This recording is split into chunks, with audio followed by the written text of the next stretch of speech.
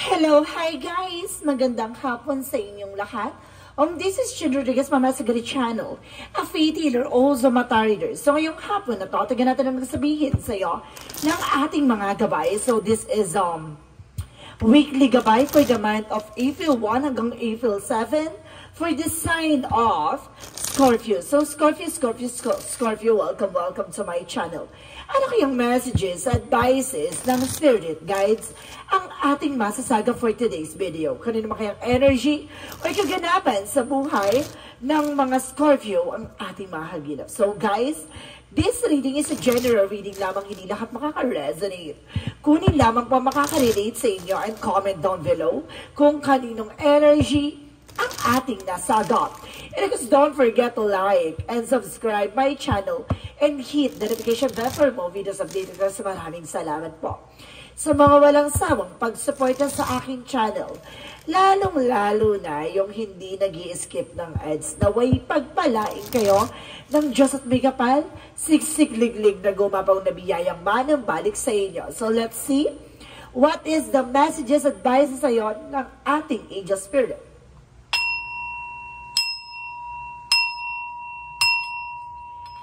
Angel Spirit given information for a weekly gabay for the sign of Scorpio. Hagilapin natin at tuklasin natin anong kaganapan sa buhay mo ang ating mahagilap. Let's watch this.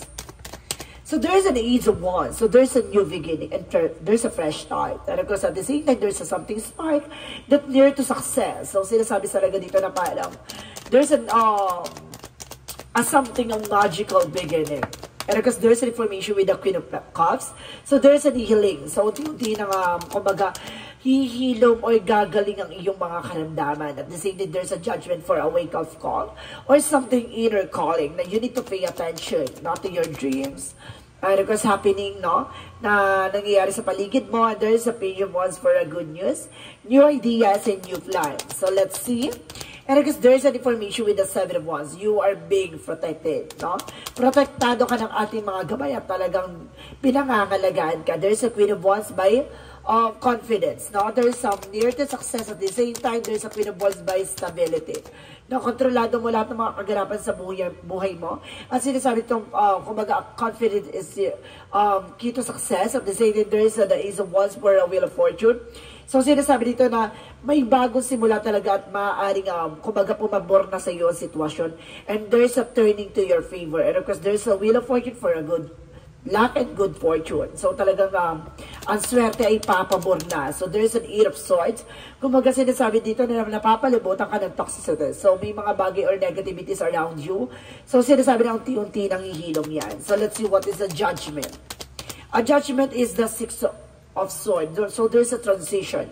Na unti-unti ka na makakalis sa situation. Unti-unti ka nang, kumbaga, naliliwanagan kung ano yung mga bagay na kailangan mong gawin at kailangan mong i-take ng action. So, there's a page of wands for the Queen of Pentacles. Being practicality pagdating sa finances at pagdating sa trabaho, negosyo, hanap buhay mo. Kailangan na, kumbaga, magaling kang magpaikot nitong negosyo mo or hanap buhay mo pagdating sa finances. Kumbaga, you are being practical. So, let's see what is the Seven of Wands. Represent the Knight of Swords. So, there's a success driven. At the end of the time, magsasuccess ka. At sinasabi sa'yo dito na parating na ang mga pagbabagong magaganap sa buhay mo. Not because you are being protected. So, let's see what is the Queen of Wands. Represent the Five of Cups. So, there's a something regret or something disappointment na nangyayari ngayon sa buhay mo. But because of walang control, walang stability, at the same time, kailangan confidence ka. Alisin mo yung takot at pangamba mo. Kailangan mo maging malakas at maging matibay this time. So, let's see what is the Ace of Wands. And the Wheel of Fortune is here. So, there's a Six of Cups. So, there's a reminiscence or something of memories na sinasabi dito na ito yung bagong simula na maaaring matapos na, no? Yung mga bagay na nangyari sa'yo from the past. So, let's see additional messages for the Queen of Cups because the Eight of Swords.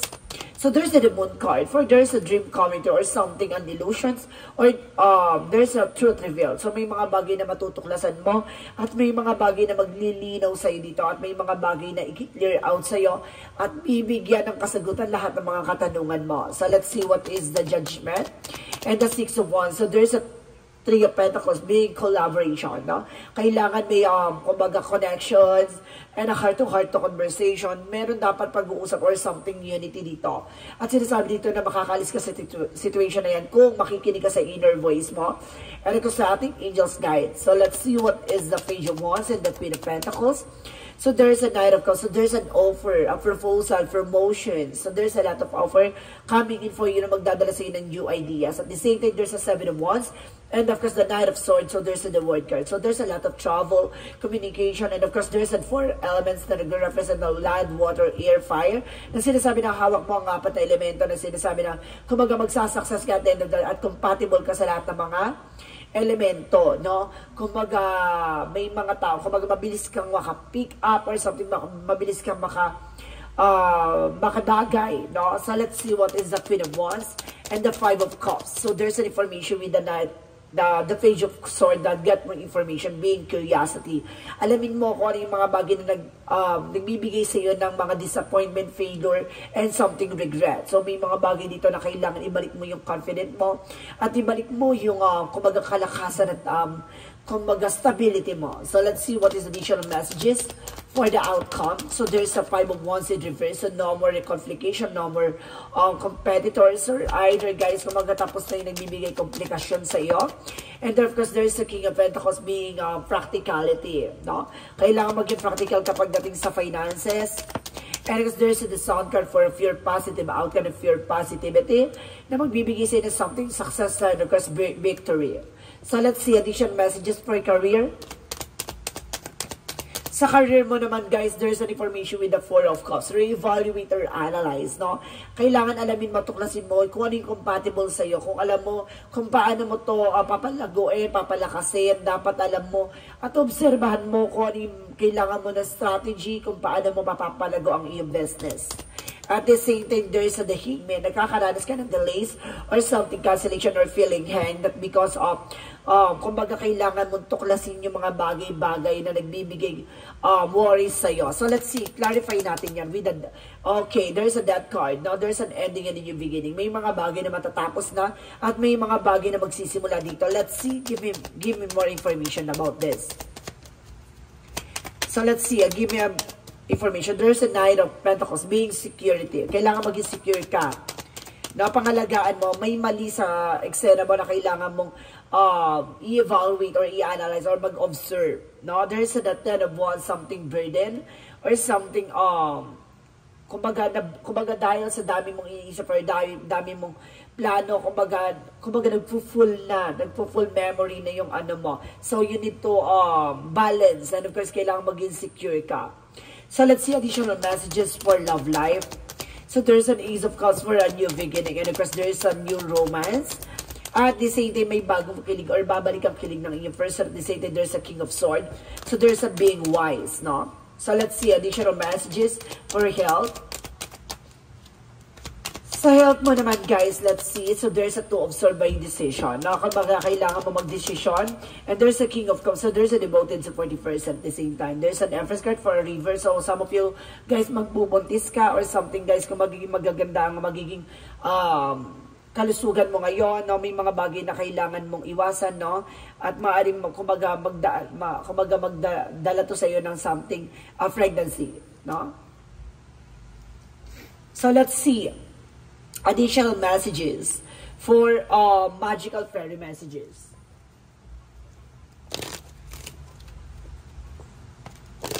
For magical fairy messages, so there's admit your true feelings to yourself. Be honest with yourself. Only you know what it is that you truly desire. So, alam mo sa sarili mo kung ano yung totoo, kung ano ba talaga yung gusto mo o hangarin mo na may sa katuparan. Diba? And there's an information with vegetarian. So, kailangan mo na fruit and vegetable dito. So, let's see what is the yin and yang oracle card.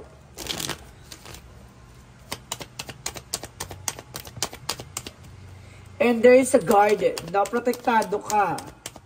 At the same time, there's an assistant, spirit guides, na ginagabayan ka ng ating angel spirit. There's a beliefs and facade. Mag-ingat ka na sa mga nagpapanggap or nagbabalat kayo. At the same time, there's an apology, no? Na may hihingi ng tawad from the past, no? So let's see. What is the synchronicities?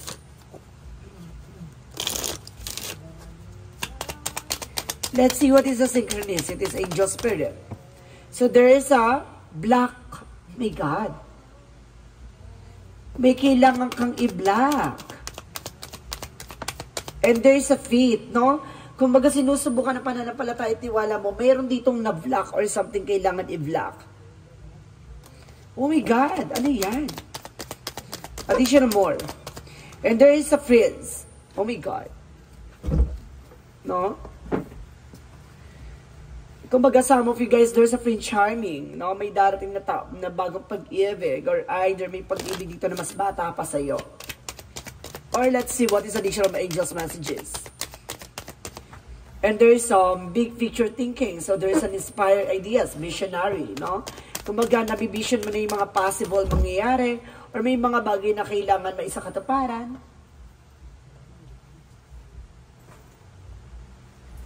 And there's an information with the Earth School, life lesson. So marami kang dapat matutunan sa buhay, diba?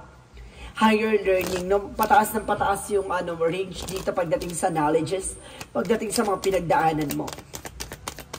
So let's see, additional messages for guilt. No? Some of you may nagagalit dito. Oh, there's a black, ibig sabihin baka may nagagalit from the past na binlock mo. And there's a change, no? May mga bagay na mababago na. And there's an information with the friendship, no? May mga kaibigan din ditong involvement.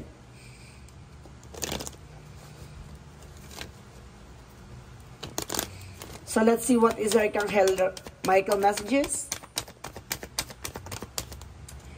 And because take your time to make a decision. Na kailangan mo ng oras at panahon para makapag-desisyon. And the situation is already resolved. Or some of you guys, no?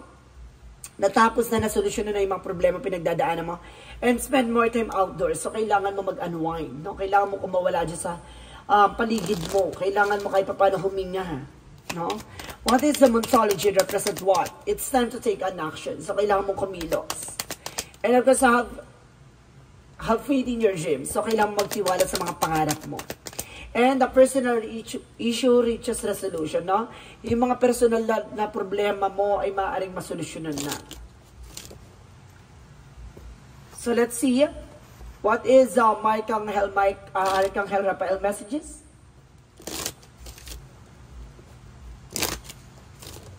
Archangel Raphael messages for you is acceptance, no? Pagtanggap. O may mga bagay na hindi matanggap. Let's see additional messages for angel spirit. So there is a light of love, no? Bibigyan kaliwanagan at pagmamahal ang mga kaganapan dito and time to decide. No, kailangan mo na mag-decision ngayon. And there is a support, no? Sinusuportahan ka ng ating angel spirit.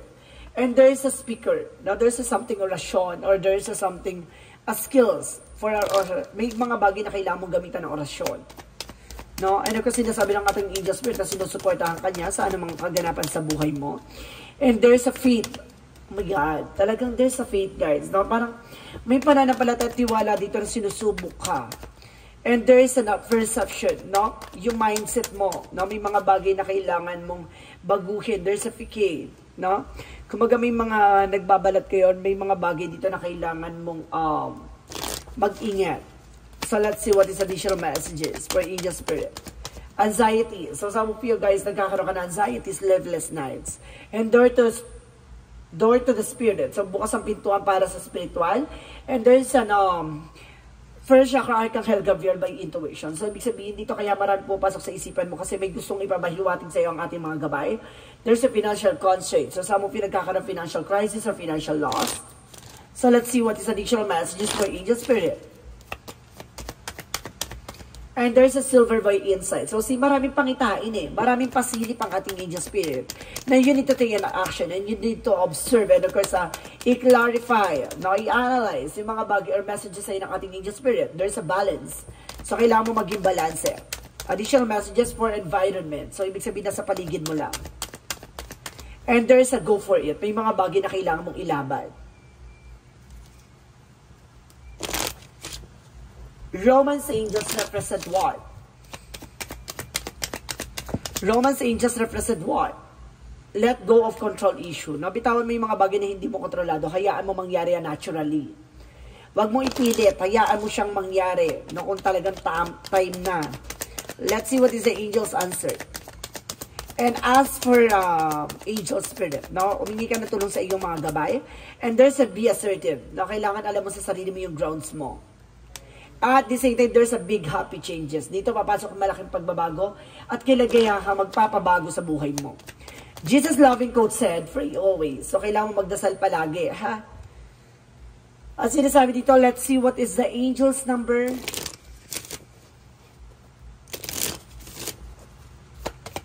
Angel's number represent the 6666. Great blessing. So may blessing na paparating sa'yo. At sinasabi dito na self-love, boundaries, need, and goodbyes, and wisdom, understanding, letting go. No? At sinasabi dito na nurture yourself, nurture your needs, desire, and boundaries, and let go of things that are weighting you down. Make space of something meaningful and expand your spiritual to all areas of your life. That big love and fortune or job need to squeeze in somewhere. So may mga bagay na wag mong ipilit at wag mong ilaban kung hindi pa kaya. At may mga bagay na kailangan mong bitawan kung alam mo na bibigatan ka na. Diba? Wag mo pipilit buhatin na hindi mo naman kaya, pinipilit mo. Kasi this is the blessings na napaparating para sa'yo. Kasi may mga bagay na para sa'yo at may mga bagay na hindi para sa'yo. There's a self-love and there's a boundaries na kailangan mong gawin. Hayaan mo siyang let go, no? Control issue. Yung sinasabi kanina. And there's an I have faith in life. So, kailangan mo magtiwala sa buhay.